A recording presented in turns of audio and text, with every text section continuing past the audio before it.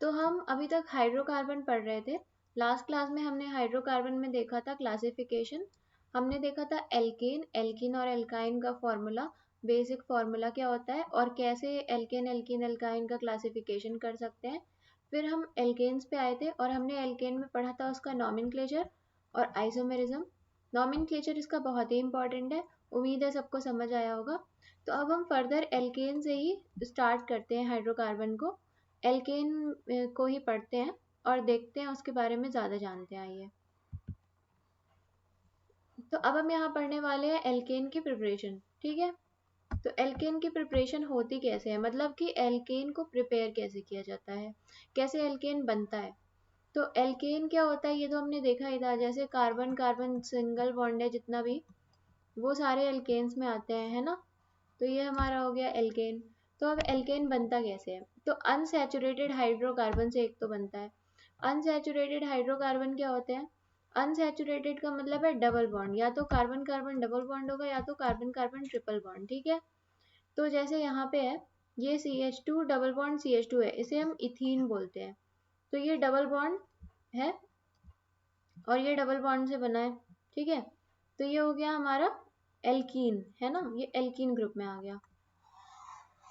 एक मिनट, तो ये हमारा एल्कीन ग्रुप में आ गया। तो ये हो गया हमारा, इसमें हमने क्या किया, इसमें यहाँ पे हाइड्रोजन ऐड कर दिया, इसमें यहाँ पे हमने हाइड्रोजन ऐड कर दिया। तो ये क्या हुआ, और इसमें फिर हमने एक कैटलिस्ट ले लिया, प्लैटिनम ले लिया या फिर पैलेडियम ले लिया या फिर निकल ले लिया, तीनों में से कोई भी एक कैटलिस्ट ले लिया। ये क्या करते हैं, ये रिड्यूसिंग एजेंट होते हैं। तो ये हमारे इथीन यानी ये जो डबल बॉन्ड है इसको रिड्यूस करते हैं। रिड्यूस करना मतलब क्या होता है, रिडक्शन। रिडक्शन मतलब होता है गेन ऑफ इलेक्ट्रॉन। ठीक है, इलेक्ट्रॉन का गेन होना या फिर हाइड्रोजन का ऐड होना, गेन ऑफ इलेक्ट्रॉन या फिर एडिशन ऑफ हाइड्रोजन। ठीक है, तो उसे हम बोलते हैं रिडक्शन। तो इसमें क्या हुआ है, इसमें यहाँ पे हाइड्रोजन ऐड हुआ है, यहाँ पे एक हाइड्रोजन यहाँ ऐड हो जाएगा, एक हाइड्रोजन यहाँ ऐड हो जाएगा और ये डबल बॉन्ड फिर हमारा ब्रेक कर जाएगा। ठीक है, तो यहाँ पे ये फिर से बन गया हमारा एल्केन। तो यहाँ पे इथेन बना है, तो ये एल्केन ही है एक। तो इथीन से हमारा यहाँ पे बना है इथेन। और ये कैसे बना है, ये हाइड्रोजन के एडिशन से बना है। तो हाइड्रोजन के एडिशन को हम लोग और क्या बोलते हैं, हाइड्रोजनेशन भी बोलते हैं। हाइड्रोजनेशन क्या होता है, डाई हाइड्रोजन गैस जो होती है, डाई मतलब दो, तो डाई हाइड्रोजन ये हो गया, डाई हाइड्रोजन गैस जो होती है वो एल्कीन्स पे जब ऐड होती है या फिर एल्काइंस पे ऐड होती है, जैसे यहाँ पे एल्कीन है और यहाँ पे एल्काइन है। ठीक है, तो इनमें से दोनों में से किसी पे भी ऐड होती है, और in presence of finally divided catalyst like platinum, palladium या निकल। तो प्लैटिनम, पैलेडियम या निकल मैंने बताया है कि ये क्या होते हैं, ये रिड्यूसिंग एजेंट होते हैं एक तरह के, और ये रिडक्शन करते हैं।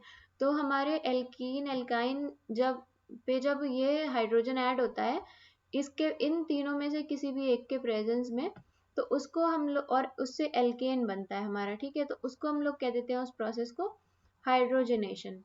तो ये एक तरह का क्या हो गया, हाइड्रोजनेशन मतलब हाइड्रोजन का एडिशन, और ये एक तरह का क्या हो गया, रिडक्शन हो गया। ठीक है, जैसे यहाँ पे भी हम देखें अगर, तो यहाँ पे क्या है, ट्रिपल बॉन्ड है, ट्रिपल बॉन्ड यानी एल्काइन है। तो प्रोपाइन है ये हमारा, प्रोपाइन क्यों, क्योंकि 3 कार्बन है, मैंने लास्ट क्लास में नॉमेनक्लेचर बताया है। ठीक है, देख लेना वहां से जाके। तो यहाँ पे ये प्रोपाइन हो गया हमारा, तो प्रोपाइन में हाइड्रोजन का एडिशन हुआ, तो ये क्या हो गया, ये हमारा प्रोपेन यानी एक तरह का एल्केन बन गया। ठीक है, प्रोपाइन है हमारा एल्काइन, एल्काइन से क्या हो गया, हाइड्रोजन का एडिशन हुआ यानी हाइड्रोजनेशन हुआ, तो हमारा क्या बन गया, एल्केन बन गया यानी प्रोपेन। ठीक है, तो ये हमारा हो गया, हमने देख लिया कि अनसैचुरेटेड यानी डबल बॉन्ड ट्रिपल बॉन्ड वाले जो हाइड्रोकार्बन होते हैं, अनसैचुरेटेड हाइड्रोकार्बन से हमारे एल्केन्स कैसे बनते हैं। अब दूसरा हम देखते हैं, दूसरा किससे बन रहा है हमारा, दूसरा हमारा बन रहा है एल्काइल हैलाइड ग्रुप से। तो एल्काइल हैलाइड मतलब जैसे ये यहाँ पे ये हमारा एल्काइल हैलाइड ग्रुप है, ये एक्स का क्या मतलब है, एक्स का मतलब है कि यहाँ पे क्लोरीन, ब्रोमीन, आयोडीन, तीनों में से कोई भी हो सकता है, कोई भी एल्काइल हैलाइड, फ्लोराइड को छोड़ के, एक्सेप्ट फ्लोराइड। फ्लोराइड क्यों नहीं हो सकता, फ्लोरीन क्यों नहीं हो सकता, क्योंकि फ्लोरीन हमारा अच्छा लीविंग ग्रुप नहीं होता है। ठीक है, अच्छा लीविंग ग्रुप नहीं होता है, तो जब ये लीव ही नहीं करेगा तो फिर दूसरा अटैक कैसे करेगा आके इस पे। ठीक है, दूसरा ग्रुप का उससे जुड़ेगा ही कैसे जब तक ये लीव नहीं करेगा।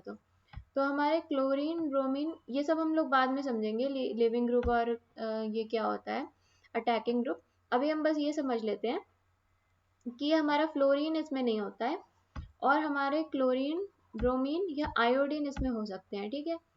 तो जब इसमें एल्काइल हैलाइड हमारा कोई भी ले लिया हमने जिसमें क्लोरीन ब्रोमीन या आयोडीन है, उसमें हाइड्रोजन का एडिशन करा दिया इन प्रेजेंस ऑफ जिंक और यहाँ पे H प्लस है, ठीक है। H प्लस मतलब एसिडिक H है, हाइड्रोजन है, तो ये हमारा बन गया एल्केन, ठीक है। तो ये हमारा एल्काइल हैलाइड से बन गया। जैसे यहाँ पे एग्जाम्पल में 1 क्लोरोप्रोपेन है और यहाँ पे ये हाइड्रोजन है, इसमें एडिशन हुआ जिंक और H प्लस के प्रेजेंस में, तो ये हमारा क्या हो गया प्रोपेन बन गया।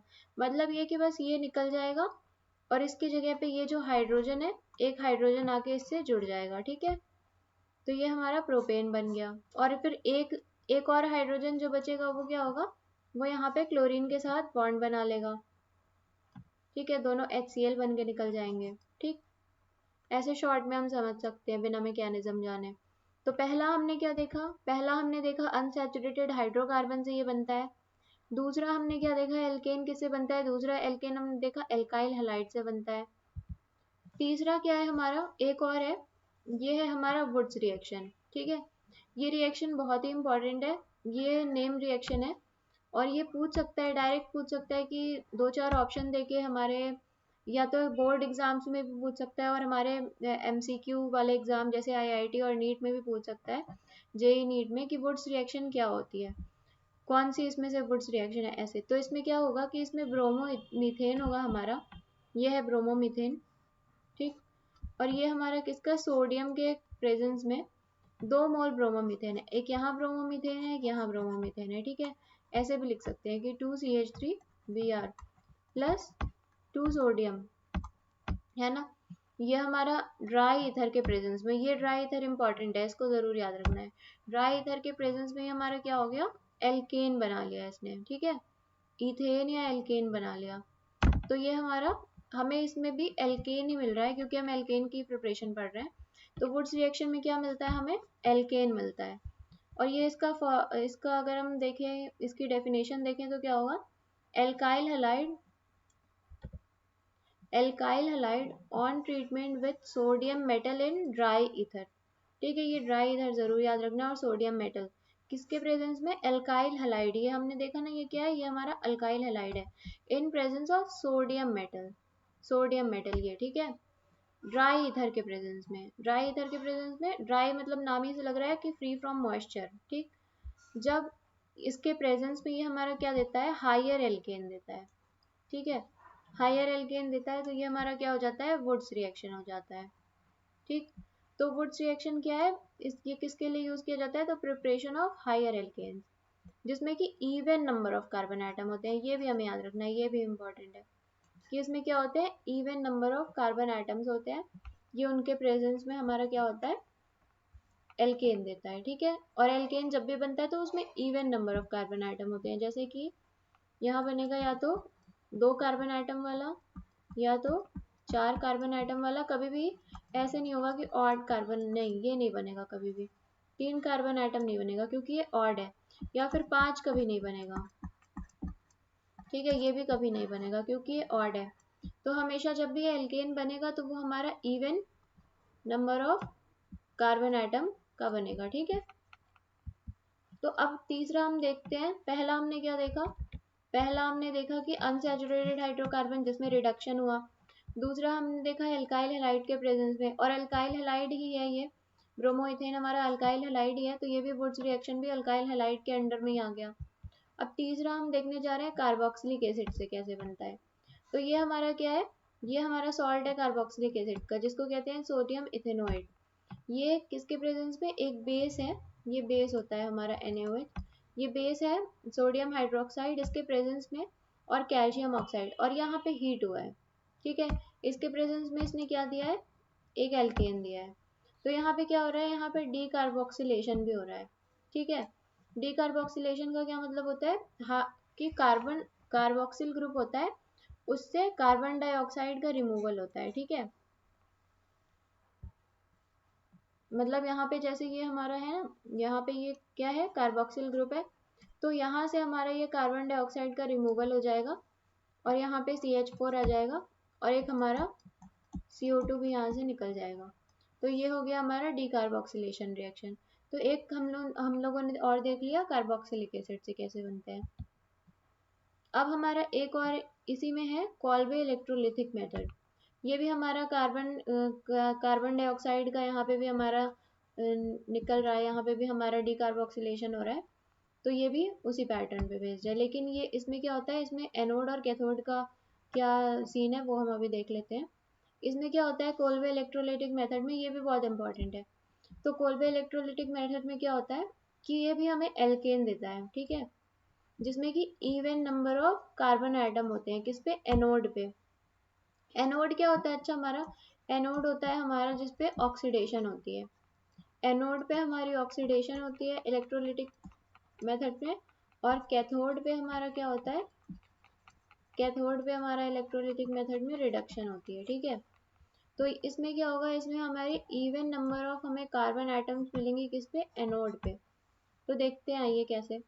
ये हमारी एक पूरी रिएक्शन है, इसमें क्या हो रहा है, ये हमारी पूरी रिएक्शन है, इसमें क्या हो रहा है कि सोडियम एसिटेट है, ठीक है, वो एक्वस के मतलब एक्वस सॉल्यूशन या फिर कह सकते हैं कि एक्वस मीडियम के प्रेजेंस में उसकी इलेक्ट्रोलिसिस हुई है, इलेक्ट्रोलिसिस हुई है, तो ये क्या दिया है हमें, इसने एल्केन दिया है। किस और क्या निकला है यहाँ पे, तो कार्बन डाइऑक्साइड निकला है, ठीक है। तो एक्वा सोल्यूशन ऑफ सोडियम या पोटेशियम सॉल्ट होगा, यहाँ पे ये जो सॉल्ट है ये सोडियम या पोटेशियम का भी हो सकता है। और ये एक्वा सोल्यूशन में, एक्वा सोल्यूशन ये है, सोडियम या पोटेशियम का सॉल्ट एक्वा सोल्यूशन में, कार्बोक्सिलिक एसिड के एक्वा सोल्यूशन में क्या होगा, हमें एल्केन देगा, ठीक है। और फिर बाई प्रोडक्ट्स निकलेंगे हमारे कार्बन डाइऑक्साइड, हाइड्रोजन और यहाँ पे NaOH, ठीक। तो इसमें हो क्या रहा है, पहले क्या हुआ कि ये जो हमारा सोडियम एसिटेट है, ये यहाँ पे हम देख रहे हैं, ये सोडियम एसिटेट है हमारा, ये पहले हमारा टूटता है एसिटेट में और सोडियम में, ठीक है, एसिटेट आयन में और सोडियम आयन में। तो अब एनोड पे क्या होता है, एनोड पे मैंने बताया ऑक्सीडेशन होता है, और ऑक्सीडेशन का क्या मतलब होता है, ऑक्सीडेशन का मतलब होता है लॉस ऑफ इलेक्ट्रॉन या फिर गेन ऑफ ऑक्सीजन या फिर लॉस ऑफ हाइड्रोजन, ठीक है। ये हमारा होता है ऑक्सीडेशन का मतलब, इनमें से तीनों में से कुछ भी एक हो रहा है तो हम समझ जाएंगे कि ऑक्सीडेशन हो रहा है, ठीक। तो अब यहाँ पे क्या हो रहा है, एनोड पे हो रहा है हमारा ऑक्सीडेशन। तो यहाँ कैसे पता चलेगा ऑक्सीडेशन हो रहा है, ये देखो 2 इलेक्ट्रॉन निकल रहे हैं, ठीक। ये 2 मोल एसिटेट है, एसिटेट आयन 2 मोल है हमारा। तो यहाँ से एक, यहाँ पे मैंने ये लोन पेयर वाले में बताया है कि ऑक्सीजन का इलेक्ट्रॉन कैसे देखते हैं। तो यहाँ से पे एक ही पेयर है इलेक्ट्रॉन का, इसका जो एक और पेयर था यहाँ पे वो नहीं है, वो मिसिंग है, ठीक है। तो यहाँ से इसका एक इलेक्ट्रॉन निकल गया। फिर जब एक इलेक्ट्रॉन निकला होगा तो अभी हम लोग आगे देखेंगे कि वो कैसे कैसे क्या हुआ होगा। तो यहाँ से एक इलेक्ट्रॉन निकल गया तो ये क्या हो गया, एसिटेट फ्री रेडिकल हो गया। तो फिर यहाँ से भी ये कुछ ऐसे टूट गया होगा, ठीक। तो यहाँ से ये कार्बन डाइऑक्साइड बन के निकल गया, ठीक है।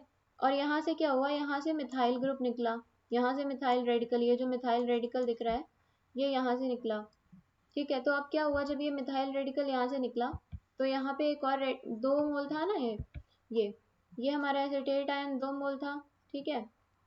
तो ये 2 मोल है, तो ये 2 मोल क्या करेगा आपस में ऐसे, एक रेडिकल फ्री रेडिकल मिलके, एक फ्री रेडिकल मिलके एक बॉन्ड बना लेगा, ठीक है।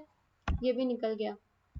तो अब हमारा क्या बचा, ये तो हमारा एनोड पे हुआ, एनोड पे क्या मिला, हमने क्या देखा, फिर से एक बार देख लेते हैं। एनोड पे ऑक्सीडेशन हुई, ऑक्सीडेशन में 2 इलेक्ट्रॉन का लॉस हुआ, 2 मोल CH3 है तो एक इलेक्ट्रॉन यहाँ से लूज हुआ होगा और एक और जो मोल CH3 है वहां से भी एक इलेक्ट्रॉन लूज हुआ होगा, ठीक है।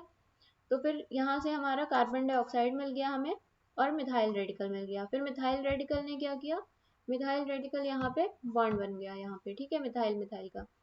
और कैथोड पे क्या हुआ, तो कैथोड पे मैंने क्या बताया था, रिडक्शन होता है। तो यहाँ पे ये हमारा वाटर है, इसमें इलेक्ट्रॉन ऐड हो गया, तो यहाँ पे क्या हो गया, हमें एक OH माइनस मॉलिक्यूल यानी हाइड्रोक्साइड आयन मिल गया और एक H का फ्री रेडिकल मिल गया।